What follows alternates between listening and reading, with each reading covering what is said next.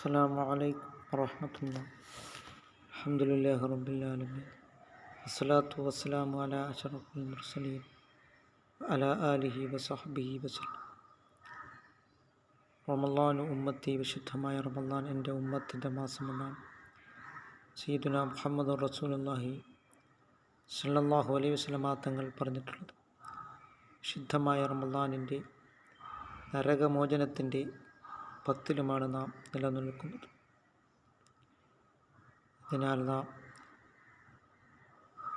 അൽ ബുക്കാഉ മിൻ ഖശിയത്തില്ലാ, അള്ളാഹുവിനെ ഭയന്നുകൊണ്ട് കരഞ്ഞ കണ്ണുനീരിന്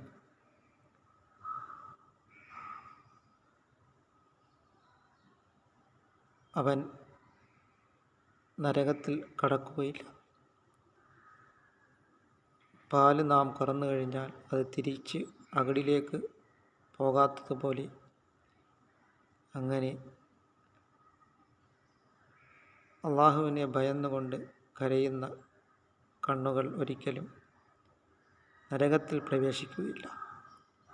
അതുകൊണ്ട് നാം ഈ നരകമോചനത്തിൻ്റെ 10ൽ അള്ളാഹുവിൻ്റെ നരകത്തെ തൊട്ട് നാം കാവൽ തേടുക.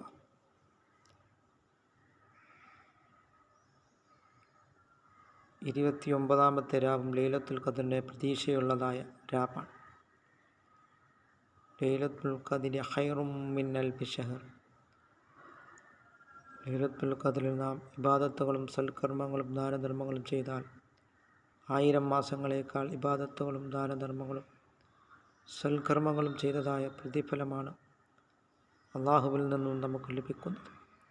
അതിനാൽ നാം ലൈലത്തുൽ ഖദ്റിനെ കരുതിക്കൊണ്ട് ധാരാളം ഇബാദത്തുകളും സൽക്കർമ്മങ്ങളും നാം ചെയ്യുകയും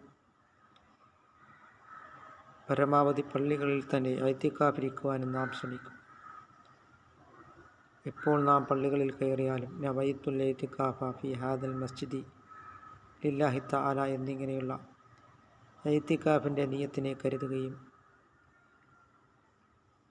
അങ്ങനെ പരമാവധി ധാരാളം ഇസ്തിഗ്ഫാറുകൾ അധികരിപ്പിക്കുകയും അസ്സലാത്തു അലാ റസൂലില്ലാഹി സ്വല്ലല്ലാഹു അലൈഹി വസല്ലം തങ്ങളുടെ പേരിൽ സ്വലാത്തുകൾ വർദ്ധിപ്പിക്കുകയും ചെയ്യുക.